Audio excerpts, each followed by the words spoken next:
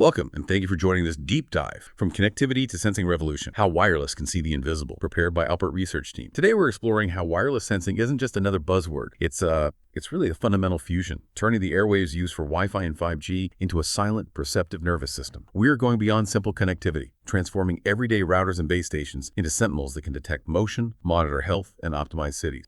We're going to cover the fundamentals, the explosive market drivers, the core technical breakthroughs like CSI and ISAC, the strategic applications, and the massive challenges ahead too. So in traditional sensing, the target, the person, the object, whatever it has to carry something, right? A transponder, a tag, or it needs to be directly seen by an active sensor like a camera. WSTs completely eliminate that need. They use the wireless signals already around us, your existing Wi-Fi, cellular signals, even things like acoustic signals to monitor people, objects, environments, without the target needing to carry anything at all. Let's dive in and see how sensing is about to make our connected world truly perceptive. For decades, wireless networks were built purely for communication. The massive shift we are tracking now is this transition to perception. We are essentially repurposing existing RF energy, the very signals that carry your data, to actually understand the physical environment around the network. So we're talking about taking the signals that are everywhere, Wi-Fi, cellular, and using them for what some call device-free detection. Does that mean the network itself becomes the sensor? The transition is from a purely connected network to an aware or perceptive platform. The intelligence comes from analyzing these really subtle, highly granular changes in how the signal propagates. So how does it work at a basic level? How does a Wi-Fi signal see?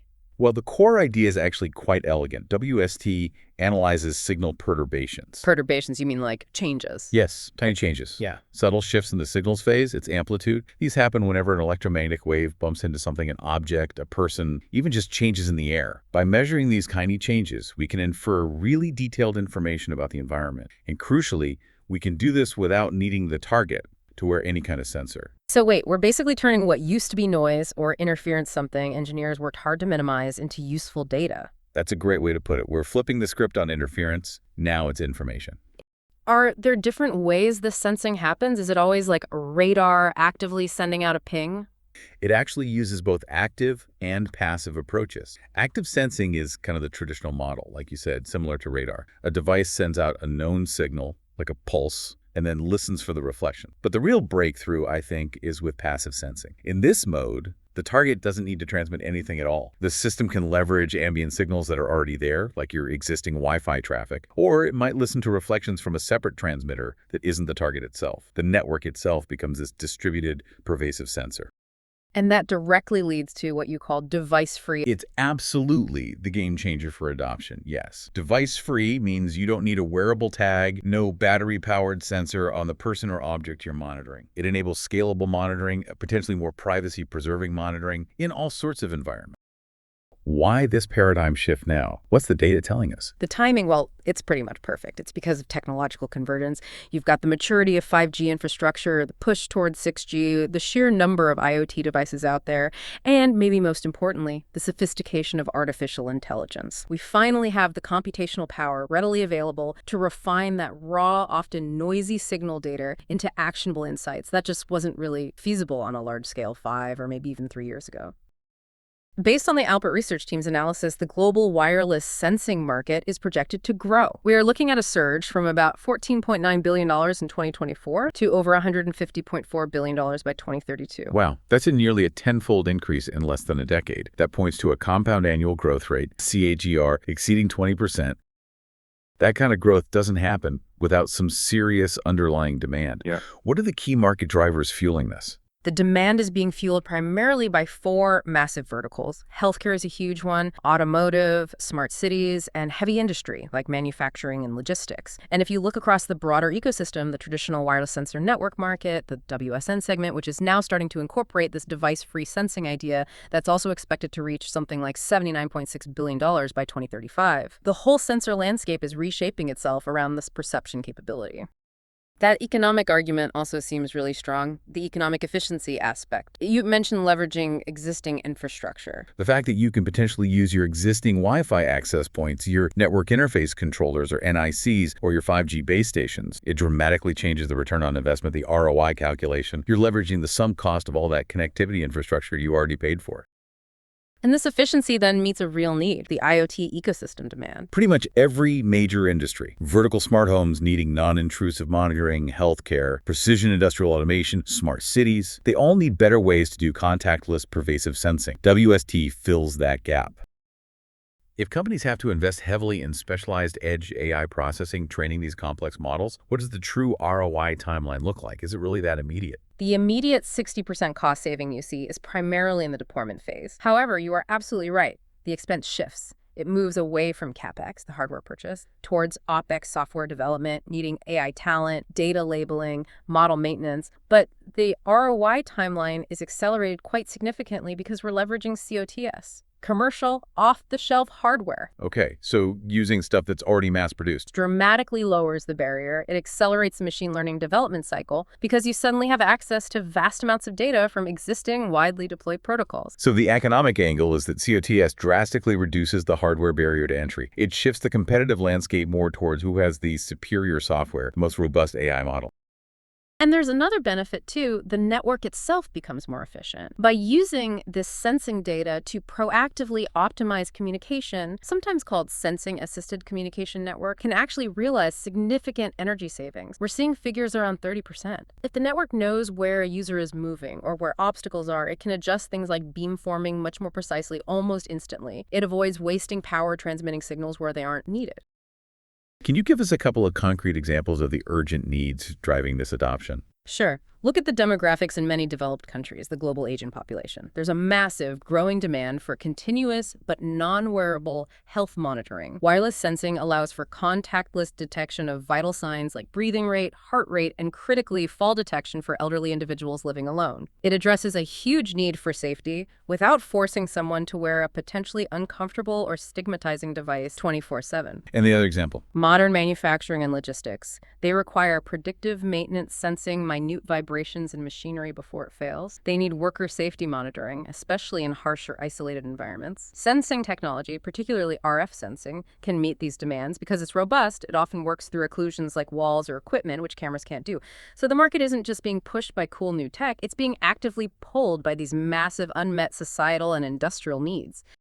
You mentioned technological convergence. Yes, there's a perfect storm of three key forces aligning. First, you've got the sheer ubiquity of wireless infrastructure. Wi-Fi 6, 6E, 5G are everywhere, and 6G is on the horizon. The density is incredible. So foundation is there. Second, massive leaps in signal processing power. We can now actually make sense of these incredibly complex wave perturbations in real time. And the third piece. Artificial intelligence. AI has matured to the point where it's essential for translating that raw wave data, just numbers, really into actionable insights. AI connects the dots.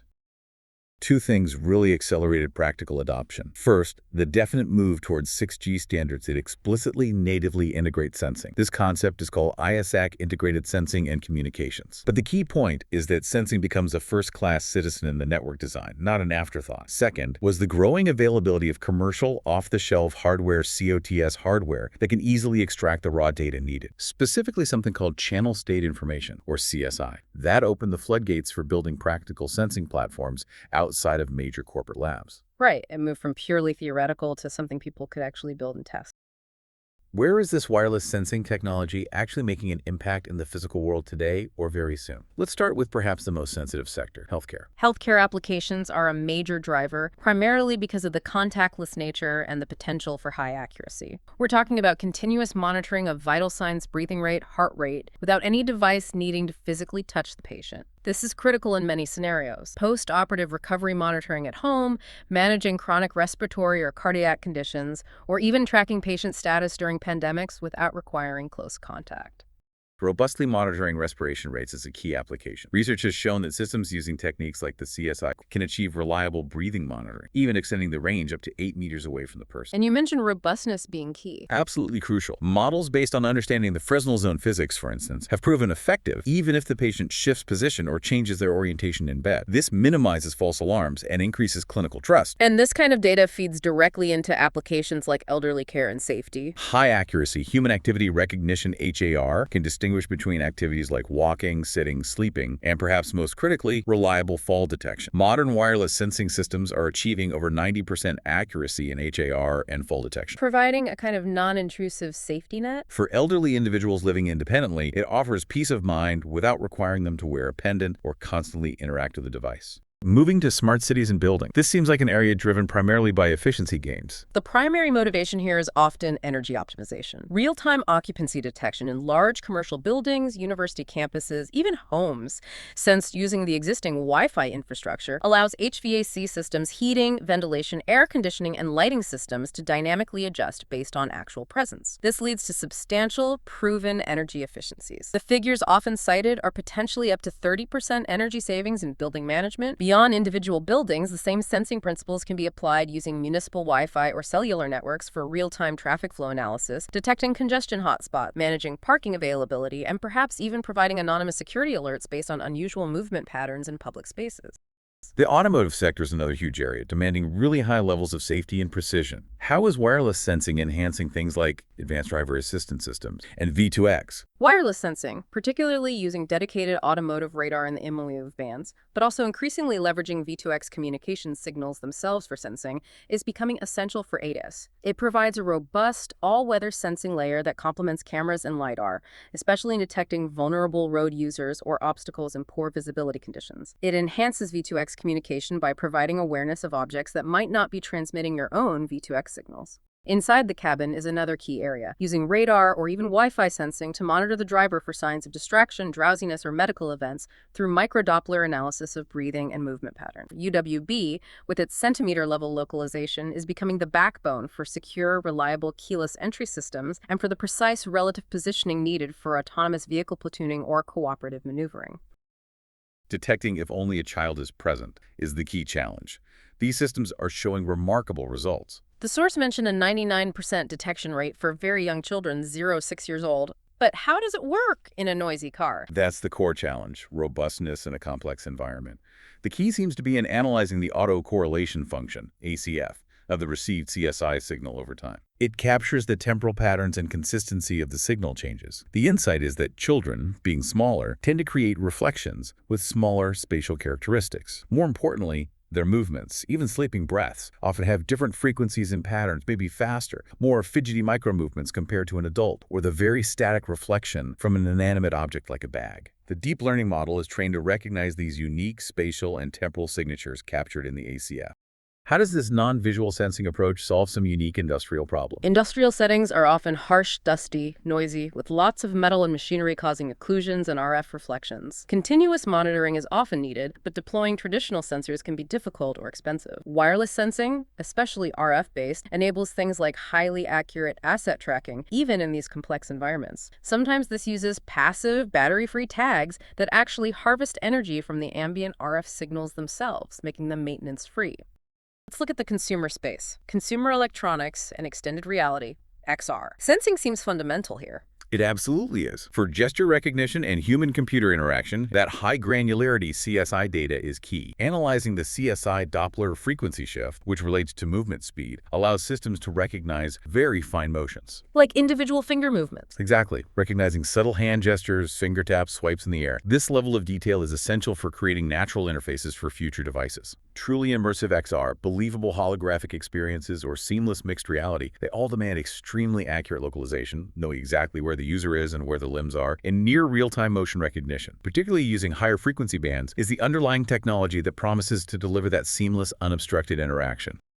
So if we summarize the application benefits across all these sectors, we keep seeing this recurring pattern. It's cost-effective, largely because it leverages existing hardware infrastructure. It's robust, because RF sensing particularly works in various weather conditions and through occlusions where cameras fail. And critically, it's inherently more privacy-preserving due to relying on non-visual data. It seems like a technology almost tailor-made for high-stakes, pervasive deployment. It effectively removes, or at least significantly lowers, two of the biggest historical barriers that have often prevented truly pervasive sensing deployment in the past: the high cost of installing dedicated sensor networks everywhere, and the significant privacy conflicts associated with widespread visual surveillance. How exactly do these invisible waves see? It all starts with fundamental signal propagation. Wireless waves, whether they're ambient signals from a nearby Wi-Fi router or maybe active signals from a dedicated radar source, they interact with everything in the environment. This interaction creates characteristic changes, perturbations in the signal, things like reflections, scattering, and also Doppler shifts if the object is moving. You become a dynamic reflector or scatterer. The signal hits you, bounces off, maybe goes around you, and arrives back at the receiver slightly altered compared to the signal that took a direct path or bounced off a static wall. The network analyzes the characteristics of these altered signals, these echoes. Specifically, it looks at the amplitude, which is the signal strength, the phase, that's the timing of the wave peaks, and the frequency shift, the Doppler effect, which tells us about motion towards or away from the receiver. By interpreting the signature of these changes, the channel's fingerprint of motion, we can reveal presence, estimate velocity, and sometimes even detect really subtle microvibrations. Okay, let's define the main mediums used for this sensing, because you mentioned different types. They must have different strengths and weaknesses. We usually talk about three primary mediums. The most pervasive is the RF medium using electromagnetic waves. Within RF, we often distinguish between lower frequencies like Wi-Fi and cellular in the sub-6 gigahertz bands and higher frequencies.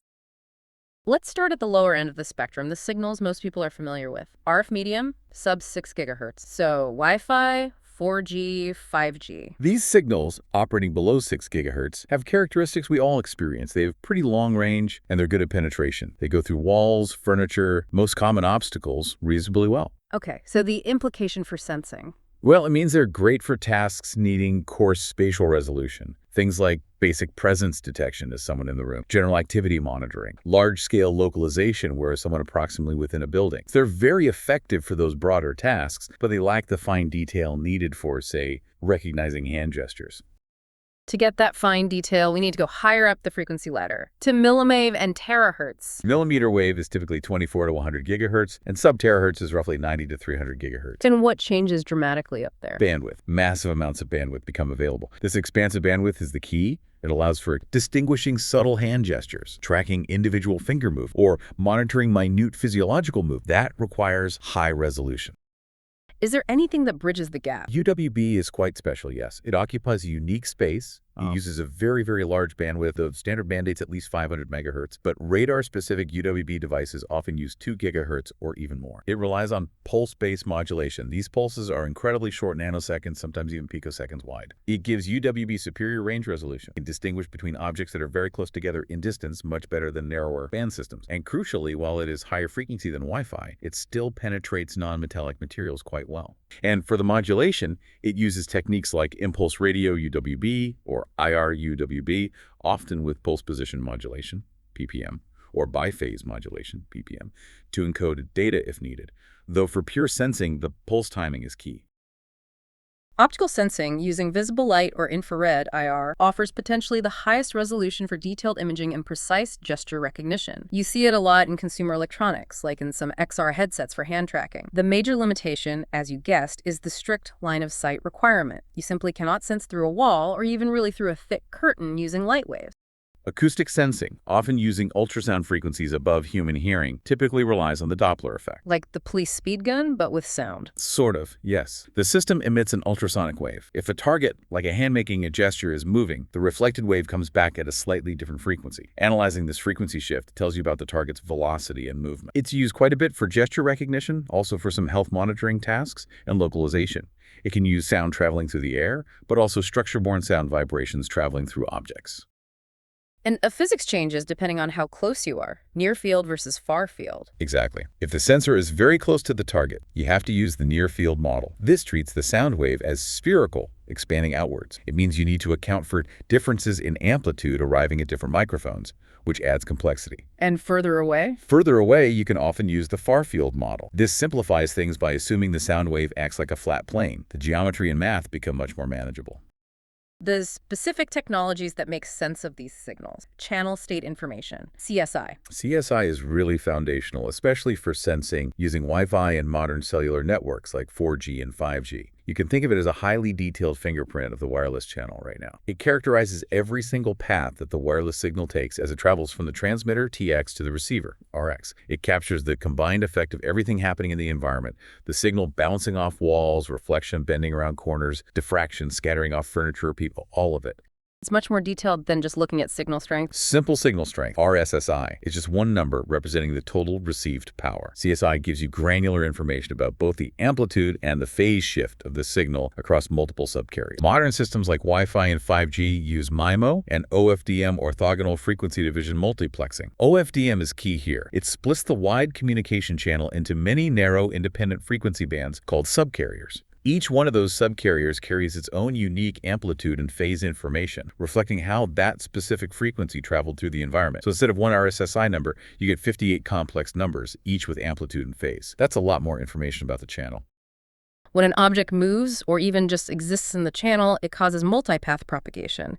The signal reaches the receiver via multiple paths, some direct, some bouncing off walls, some bouncing off the object. Each path has a slightly different delay, different attenuation, maybe a phase shift. CSI captures these specific frequency selective changes across all those subcarriers. So how does that level of granularity allow for something as subtle as monitoring breathing or heart rate, which involve tiny movements? It allows us to analyze what's called the micro-Doppler shift. A person's chest moving due to breathing might only move, say, a millimeter or so. It's tiny. But this minuscule movement causes a very small cyclical frequency shift in the reflected radio waves due to the Doppler effect. CSI's fine-grained resolution across those subcarriers allows sophisticated algorithms, usually AI, to pick out this incredibly faint cyclical signature. It can differentiate the subtle pattern of breathing from, say, the larger, coarser movement signature of a person walking across the room. Without the high resolution provided by CSI, detecting those tiny, fine-grained physiological movements would be basically impossible with RF alone. And the really exciting short-term enabler here is that commodity CSI extraction, the ability to get this detailed data, is now being integrated natively into standard COTS Wi-Fi hardware, particularly with the new Wi-Fi 7 chipsets rolling out. That's huge. It means we could potentially turn existing enterprise Wi-Fi networks, or even home networks eventually, into sophisticated monitoring systems, maybe just with a software or firmware upgrade. We generally define two primary sensing topology based on where the transmitter and receiver are relative to each other. First, you have monostatic sensing. Think of this like the AP acting as its own little self-contained radar unit. The transmitter and the receiver are the same station, usually the AP itself. It sends out a signal pulse and then immediately listens for the reflected echo bouncing off objects in the environment. It's good for quick presence detection, maybe basic range finding. The second is bistatic sensing. This is more like traditional triangulation, or how radar often works. It uses separate, distinct transmitters and receivers. Often it actually leverages the existing communication links already happening in the network. Let's talk about passive Wi-Fi radar, or PWR. Instead of needing a dedicated radar transmitter emitting signals specifically for sensing, PWR cleverly treats the ambient Wi-Fi or cellular signals, the signals that are already saturating the air for communication purposes, as the source of illumination. The receiving device then effectively acts like a passive radar system, just listening to the echoes of these ambient signals. In a traditional monostatic radar, the transmitter and receiver are co-located. They're in the same box. In PWR, they are inherently separate. The Wi-Fi access point over there is the transmitter, and your sensing device over here is the receiver. This bistatic geometry, having separated transmitter and receiver locations, allows for much better detection of objects that might be heavily obscured or located in areas where the direct signal path is weak. You're essentially analyzing reflections and signal changes from multiple angles simultaneously, leveraging the multipath rather than just being hindered by it.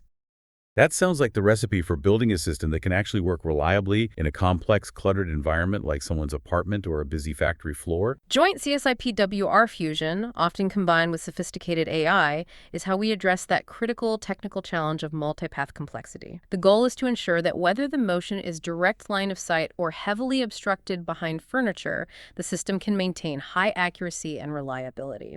How do MM-wave, T-Hertz, and radar techniques achieve that high localization precision? They have issues with signals dying out quickly, right? The signal strength drops off much more rapidly with distance compared to sub-6 GHz signals. To counteract this, LMM-wave and T-Hertz systems rely heavily on massive antenna arrays. These large arrays allow the system to perform sophisticated beamforming, concentrating the transmitted energy into very narrow, highly directional beams, sometimes called pencil beams. And the ultimate synthesis of all this seems to be ISAC integrated sensing and communication. Let's be really specific.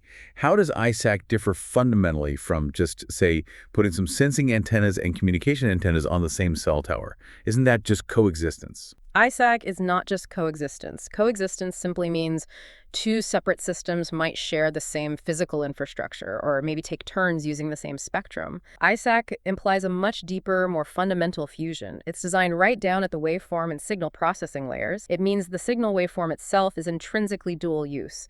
The very same radio wave simultaneously carries data bits to a user and extracts information about the surrounding environment to send back to the network. What are the engineering or system-level benefits of integrating sensing and communication that deeply? The benefits actually feed back directly into improving the communication system itself. Firstly, ISAC offers better spectrum efficiency because the same radio resources are effectively serving two functions at once. Secondly, and perhaps more importantly, it can drastically improve the precision of techniques like beamforming. If the network has extremely accurate, real-time information about where a user is located, where potential obstacles are, maybe even the user's predicted movement, all derived from the sensing function, it can direct the communication beam much more accurately towards the user and steer it away from interference. This not only saves network energy by reducing wasted signal power, but it can also significantly boost data throughput and reliability for the user. It transforms the network from being largely reactive to being proactively managed based on a real-time understanding of the physical environment. Localization, right? Just figuring out where things are. Localization is absolutely the foundation, and we're seeing systems capable of highly granular device-free tracking using just commodity Wi-Fi. These systems leverage the high fidelity of CSI, analyzing those detailed phase and amplitude changes we talked about. And by doing so, they can achieve decimeter-level localization accuracy. We're talking accuracy within maybe 10, 20 centimeters, often needing just a single Wi-Fi access point, maybe operating in that monostatic mode, sending and receiving itself, or using bistatic setups with existing devices. Fingerprinting is conceptually simpler. It relies on creating a detailed radio map, essentially a fingerprint database of the environment beforehand. You go around the area you want to track in, and you meticulously record the unique radio characteristics at many specific known reference points on a grid. You build this huge database. The offline phase. Then during the online phase, when a device is actually present, the system measures its current radio signal characteristics. It then compares these live measurements to the entries in the fingerprint database and finds the closest match. The location associated with that best match in the database is then declared as the estimated location of the device. The catch is volatility. Fingerprinting can be quite robust in perfectly static environments where nothing ever changes. But the real world isn't static. If you move a large piece of metal furniture, even if atmospheric conditions change significantly, that carefully constructed fingerprint map can become instantly obsolete or inaccurate.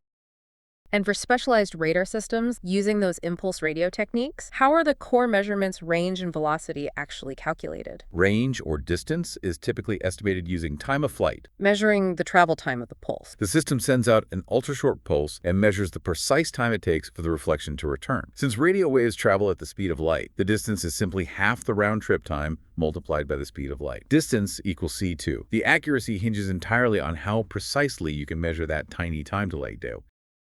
And velocity. How do you know how fast something is moving? Velocity is determined using the Doppler shift, EV of d. If the target is moving towards or away from the radar, the frequency of the reflected pulse will be slightly shifted higher or lower, respectively. How is that shift measured? Typically, the system sends multiple pulses and analyzes the phase changes between the return pulses. By performing a fast Fourier transform on the sequence of received pulses over time, you can clearly identify the frequency shift caused by the Doppler effect. This frequency shift is directly proportional to the target's velocity along the line of sight of the radar. Passive sensing technologies, these sounded ideal for really harsh environments. Yes. This brings us to things like passive LC sensors and SAW-W sensors. LC, meaning inductor capacitor. Correct. Passive LC sensors are completely battery-free. They consist of a simple LC circuit. External conditions, like the presence of a specific chemical or physical strain, change the inductance, L, or capacitance C, of the circuit. These changes alter the sensor's electrical properties, specifically its S parameters. That's how it reflects or transmits radio waves, and crucially, its resonance frequency. A separate reader device sends out a signal, and by measuring the reflected signal's characteristics or the shift in resonance frequency, it can deduce the environmental change at the sensor.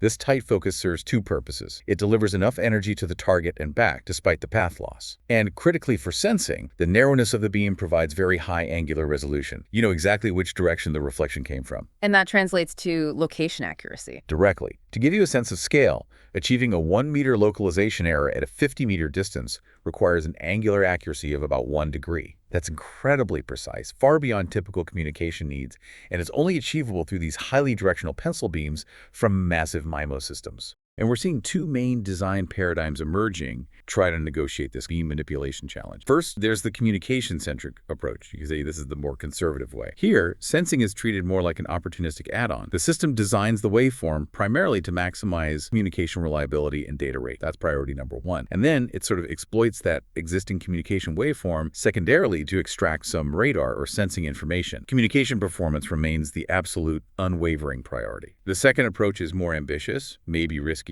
but potentially more powerful. That's co-design. This seeks to create a single waveform that is jointly optimized right from the start, across the hardware, the spectrum usage, the signal processing, optimized for both tasks to achieve some defined balance between communication quality and sensing effectiveness. And SAW-W sensors, surface acoustic wave. SAW-W sensors are also passive. They use a piezoelectric material. An incoming radio pulse from a reader unit generates a surface acoustic wave on the material. This wave travels, reflects all structures patterned onto the surface, and generates a return radio signal. The timing and frequency of this return signal are sensitive to physical parameters like temperature or pressure. And these can work over some distance. Yes. Typically used with a radio link in the VH, FU, HF, TAFE range, they can achieve non-contact measurements over distances of maybe 3 to 10 meters, again, completely passively. So these applications are incredibly diverse and powerful, but making them work reliably requires a robust system architecture. Absolutely. The whole pipeline needs to be carefully designed. It generally starts with raw data collection. That could be CSI streams, radar echoes, UWB pulses. Then comes a critical signal processing and feature extraction stage. And finally, the machine learning ML prediction or classification step. Let's talk about that signal processing part first. Raw sensor data is noisy, right? Especially CSI in a real room. How do you clean it up? Denoising is essential. There are several techniques. The Kalman filter is a classic and very powerful tool. It's essentially an optimal prediction algorithm that can estimate the true state, even with noisy and incomplete measurements. How do you separate the signal you want, like a person breathing, from all the background clutter, the room itself, furniture, maybe a fan moving? That's where techniques like background subtraction come in. The system learns the static signature of the room and subtracts it, leaving behind the dynamic signals caused by movement. We also use more advanced adaptive filters, sometimes combinations like ensemble empirical mode decomposition paired with CWT, continuous wavelet transform. Okay, so the signal is cleaner, but it's still potentially very complex, right? All those CSI subcarriers. How do you make it manageable for an AI model? Feature extraction and dimensionality reduction. Exactly. Feeding hundreds of raw subcarrier values directly into an ML model is usually inefficient and can even hurt performance due to the curse of dimensionality. So we extract meaningful features. Like what? The most basic are the amplitude and the clean phase values themselves. But we often derive more sophisticated features, like the power spectral density, PSD, which shows the signal's power distribution across different frequencies, great for capturing motion speeds, or various statistical features calculated over time, Windows mean, variance, skewness, etc. But that could still be a lot of features. How do you boil it down? That's where dimensionality reduction is critical. Techniques like principal component analysis, PCA, are very common. PCA finds the underlying patterns, the principal components, that capture the most variance in the data. Studies have shown PCA works well even as the number of input features, like subcarriers, increases. It's effective at reducing, say, 64 subcarrier features down to maybe 10 principal components that retain most of the important information, making the subsequent ML task much easier and more robust. Independent component analysis, ICA, is another related technique used to separate mixed signals. Now we feed it to the AI and ML integration part. The trend for HAR is definitely towards hybrid models. Architectures that combine the strengths of different types of neural networks are showing the best result, like combining convolutional neural networks, CNNs, with recurrent architectures, such as LSTMs, long short-term memory. CNNs are excellent at extracting spatial features from data. Think of them as learning filters that recognize patterns in the CSI image. LSTMs, on the other hand, excel at understanding sequences and temporal dependencies, how patterns evolve over time. The CNN-LSTM combination captures both the spatial characteristics and the temporal dynamics of human activities, leading to higher accuracy. Now, one of the biggest real-world deployment headaches must be the domain shift problem. Domain shift is a killer for practical WST. The wireless channel is unique to every single environment. The exact pattern of reflections, the multipath effects, they depend entirely on the room's geometry, the furniture, the materials. So a model trained on room A's fingerprint is completely lost in room B. Its entire database of learned reflection patterns is irrelevant. This is where domain generalization becomes absolutely critical. We need models that can generalize from the environments they were trained on to new, unseen environments. You have all this raw sensing data, maybe CSI streams coming off Wi-Fi chips. That data is pretty meaningless without a robust processing pipeline. Why is a hybrid edge cloud architecture generally considered not just optional, but pretty much essential for most serious applications? Edge computing, processing data close to the source, is absolutely critical for any application requiring real-time inference and low latency. Think about ADAS in a car needing to detect an obstacle instantly, or a fall detection system in a home needing to trigger an alert immediately. These are mission-critical scenarios where a delay of even half a second waiting for data to go to the cloud and back is simply unacceptable. Processing locally at the edge is the only way to meet those stringent speed requirements. Local processing at the edge is often mandatory for effective privacy preservation. Highly sensitive raw data like detailed movement patterns or physiological signals derived from CSI really must be processed, anonymized, or aggregated on the local device or edge gateway before any less sensitive abstract insights like fall detected or room occupied are potentially sent up to the cloud. Right, so the edge handles the urgent, time-sensitive, and potentially privacy-sensitive decision-making. What's the role of the cloud then? The cloud plays a different but equally vital role. It's where you handle the processing of massive, often aggregated and anonymized data sets. This is essential for the rigorous training of sophisticated machine learning models needed for high accuracy. You need huge amounts of diverse data to train robust models. The cloud is also better suited for complex multimodal fusion, perhaps combining sensing data from RF, acoustic, and maybe thermal sensors across an entire building or city for a more holistic view. And of course, the cloud provides the infrastructure for global network management and scalability. It's also typically where the comprehensive digital twin, if one exists, is centrally maintained and updated. How does this whole sensing architecture feed into bigger concepts like digital twins? Digital twins are essentially living, breathing, virtual replicas of physical systems, processes, or environment. They rely on a continuous stream of real-time data from the physical world to stay synchronized. And WST provides that data stream. Aggregated sensing data traffic density, machine status, environmental conditions, people flow is fed directly into the DT platform.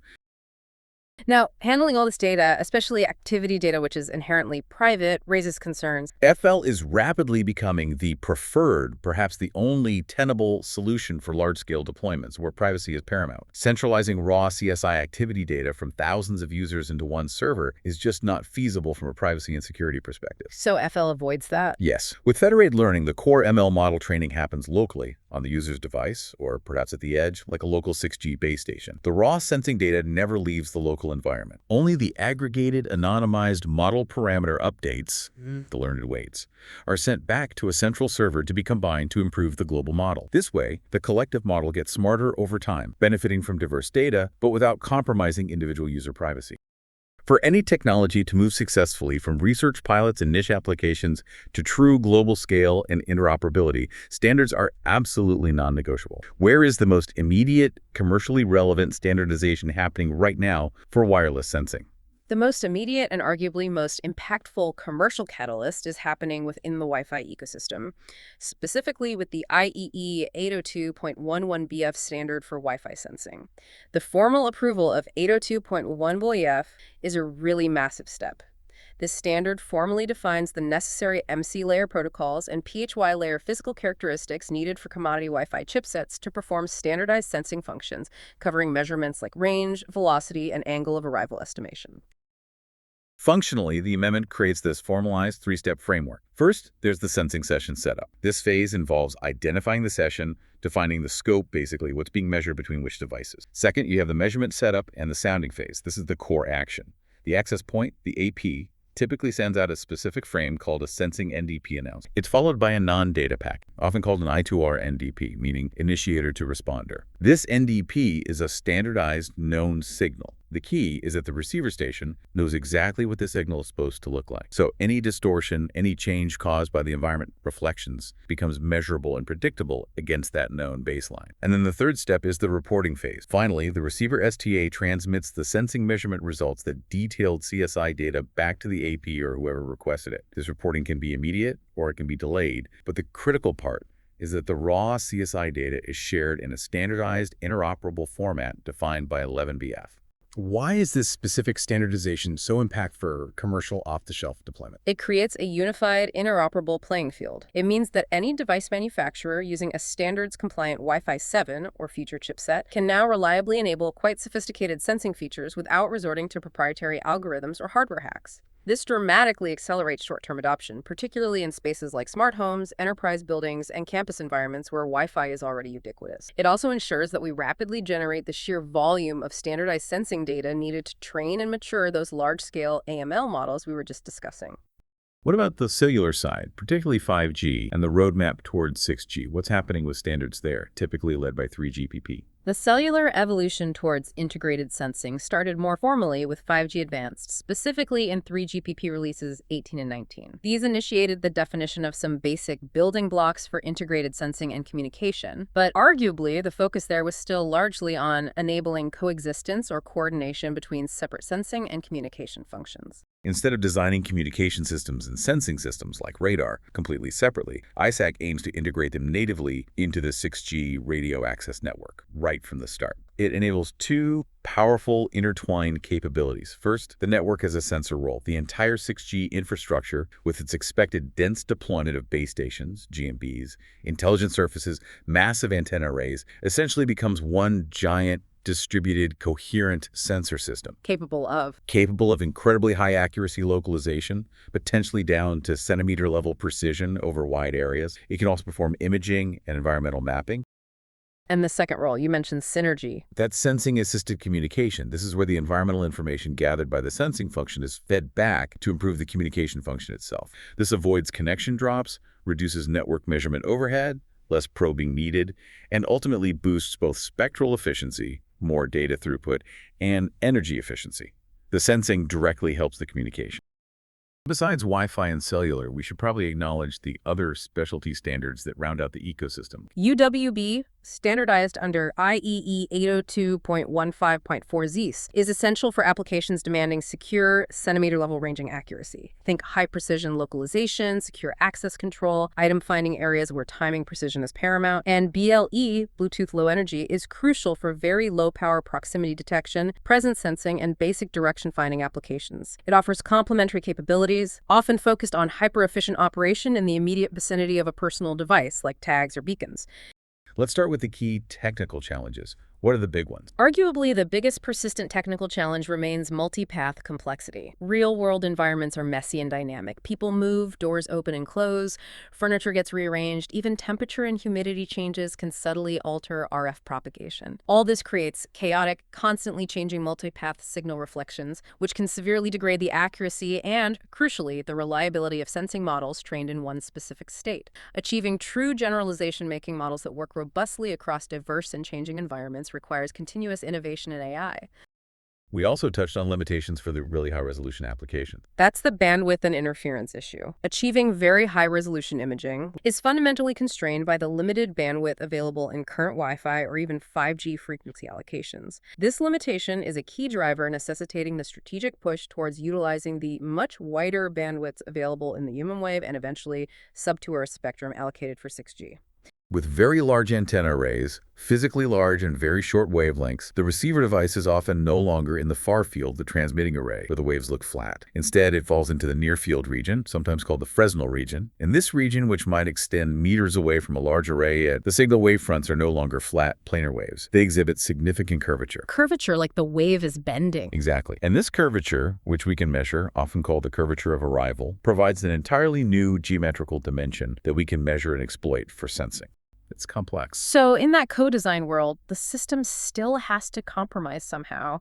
If I beamform perfectly for my video stream, I might completely miss someone walking into the room just outside that narrow beam. And if I broaden the beam to see more of the room for sensing, my video stream's quality, the SNR, probably drop. That's the fundamental trade-off. Canonical beamforming, creating that super-focused, high-gain beam. It maximizes the communication SNR, but it severely limits the field of view you need for effective sensing. You're blind outside the beam. Conversely, sensing often needs broader angular coverage. You might achieve this using pseudo-random beams or maybe operating multiple beams at once, but that inherently compromises the peak communication performance for any single user within those beams. The real engineering challenge is figuring out how to dynamically switch between these modes, or maybe finding clever waveform designs that can somehow efficiently support both simultaneously. And hardware constraints. Hardware limitations, especially for small, low-power edge devices, are significant. We need more processing power at the edge, more energy efficiency, and often hardware capable of much higher time granularity, finer time sampling to meet the demands of the most advanced sensing algorithms and AI models. But perhaps the even bigger, longer-term roadblocks to realizing that $150 billion vision lie in the socio-regulatory hurdles. Privacy and security concerns are paramount, and frankly, they could be the make-or-break challenge for widespread public acceptance, especially for more sensitive applications. When systems are capable of monitoring vital signs, sleep patterns, presence, and detailed behaviors, they are generating arguably some of the most sensitive personal data imaginable. Addressing this requires more than just promises. It demands mandatory privacy by design principles embedded in the system architecture from the start. And alongside the technical solutions, there's an urgent need for clear regulatory frameworks and social consensus to be developed before sensing technology can be ethically and legally scaled into sensitive sectors like healthcare or elder care. And the standardization challenge we discussed, it isn't entirely solved yet. No, it's a great start, but gaps remain. One significant issue is the current lack of universally agreed upon key performance indicators, or KPIs, and standardized testing methodologies for sensing capabilities. If vendor A claims their system achieves 95% fall detection accuracy under their specific test conditions, and vendor B also claims 95% using a completely different setup and definition, how can a customer compare them? How can systems from different vendors interoperate reliably? We need unified metrics and transparent testing standards to build trust and enable a truly interoperable ecosystem. But what are the enabling trends on the horizon that might help overcome these hurdles? What does the longer-term roadmap look like for making this technology more robust and capable? There are several exciting areas of research and development. First, the concept of meta-surfaces, or more broadly, reconfigurable intelligent surfaces, RIS. These are essentially engineered surfaces, maybe integrated into walls or objects, composed of many small elements that can electronically alter how they reflect or refract radio waves. They can be dynamically controlled. RIS technology holds the promise of allowing us to actively engineer the radio propagation environment itself rather than just passively reacting to it. We could potentially use RIS to suppress harmful multipath reflections, focus signal energy where it's needed for sensing or communication, and generally improve both coverage and sensing fidelity. The continued push towards terahertz sensing. Maturing the technology to reliably operate in the terahertz bands could unlock that potential for millimeter or even sub-millimeter resolution imaging and extreme sensitivity, opening doors for entirely new diagnostic or analytical applications. Traditional positioning like GPS or even far-field beamforming gives you the 3D location, XYZ. The three additional dimensions in 6D positioning refer to the orientation or the attitude of the source object, its pitch, its roll, and its yaw, which is like its rotation around the vertical axis. By carefully measuring the complex curvature of that arriving wavefront across all the elements of the large antenna array, something that's only really possible and meaningful in the near-field algorithms can estimate the angular rotation of the object that reflected or emitted the signal. That's transformative for applications, I imagine. Things like advanced robotics needing to know exactly how a component is oriented. Or immersive VR systems needing to track head orientation precisely. Or building highly accurate digital twins of physical environments, which require not just the location of objects, but their precise attitude as well. 6D positioning unlocks that. Looking at the business model evolution, we're likely to see the infrastructure itself evolve towards offering sensing as a service. Network operators or platform providers might start selling generalized, anonymized sensing data streams or specific analytical services like occupancy monitoring or traffic flow analysis derived from their networks, potentially leveraging those large-scale foundation channel models we discussed earlier to provide robust insights across wide areas. And looking at the overall network architecture, how will sensing scale across large areas in the future? The vision is moving towards advanced collaborative sensing, often discussed in the context of cell-free ISAC. Instead of users being served by just one base station in a cell-free architecture, many distributed access points, APs or base station elements, cooperate simultaneously to serve users and perform sensing across a wide area. It enables powerful multi-static sensing. You have signals being transmitted and received by many different points, looking at the target from multiple angles simultaneously. Combining these diverse, uncorrelated observations significantly enhances sensing accuracy, improves coverage, fewer blind spots, and makes the system much more robust to fading and blockage compared to single-point sensing. Let's circle back to the market outlook and strategic insights. That projection, $150.4 billion by 2032, really underscores the conclusion from the Alpert research team. WST isn't just an interesting future, it's shaping up to be the next major paradigm in intelligent connectivity. The sheer scale of that market potential validates the strategic importance. Let's try to synthesize the market outlook now. What are the core strategic insights for companies or organizations looking to capitalize on this growth? Well, the first key insight, drawing from analysis like that of the Alpert research team, is really quite clear. Wireless sensing needs to be viewed as a fundamental strategic technology stack, not just a niche feature added onto existing products. Investment in understanding, experimenting with, and integrating sensing capabilities needs to happen now to be positioned to capture a share of that market before the broader 6G wave potentially makes integrated sensing an intrinsic expected part of the infrastructure itself. And the second insight, you mentioned ROI earlier. Where should companies focus their investments now for the most effective return? That relates back to the balance we discussed, the shift from hardware CapEx to software AI OpEx and leveraging existing infrastructure. Currently, the fastest and often clearest ROI is found in applications focused on efficiency insights. Remember those figures, potentially 30% savings in network energy via sensing-assisted communication and up to 30% savings in building energy optimization through occupancy sensing. These efficiency gains can provide the early financial justification and, importantly, generate the real-world operational data needed to then develop and validate the more complex, higher accuracy AI models required for more demanding applications in healthcare or automotive. The most practical short-term accelerator, especially for proving ROI and gathering data, is to initiate pilots and deployments using the newly standardized Wi-Fi sensing capabilities. Focus on those initial efficiency gains, energy savings, occupancy optimization as they provide tangible benefits, and generate the crucial real-world data needed to mature the ML models for more complex tasks. And the core value proposition, the ROI and efficiency insights, really comes back to doing more with less. The efficiency stems from multiple factors. There's the obvious CapEx saving from potentially unifying communication and dedicated sensor equipment. But the operational efficiencies are just as important. Using sensing to proactively optimize communication links like predictive beamforming, informed by location data, drastically reduces network overhead, saving energy and freeing up spectrum. You're turning environmental awareness directly into better network performance. Based on current maturity and accessibility, I'd say two things are key right now. First, invest in Wi-Fi CSI pilots. Focus on targeted pilots, perhaps in industrial settings, smart buildings, or healthcare environments, where you can demonstrate value quickly, get hands-on experience. And second, focus on standards-aware deployments. Keep a very close eye on IEEE 802.11bf and the relevant 3GPP developments for ISAC. And the overarching goal, the defining objective for the next decade in wireless. it has to be realizing the vision of 6G ISAC integrated sensing and communication. That's the long-term objective that truly elevates wireless networks from being simple data pipes to becoming truly perceptive, intelligent ecosystems that interact with the physical world. And to achieve this, the strategic imperatives are clear. Companies need to prioritize active engagement in the relevant standards bodies like IEEE and 3GPP to shape the future. They must significantly fund R&D in edge AI specifically focused on achieving robustness and guaranteeing privacy protection. And they need to architect and build hybrid sensing systems combining techniques like CSI with passive Wi-Fi radar and potentially other modalities to overcome the inherent variability and complexity of real-world environments. The big strategic takeaway seems clear. We're really moving beyond just connectivity. We're turning signal interference, which used to be a nuisance, into valuable insight. So what does this all mean? The message is clear. This wireless technology isn't just enhancing networks. It's enabling a sensing revolution that redefines interaction with the physical world. Interested in gaining a deeper understanding of the transformative power of wireless technology? Join the Alpert research team's webinars to explore cutting-edge wireless innovations, their applications, and their implications. Click the links below to learn more.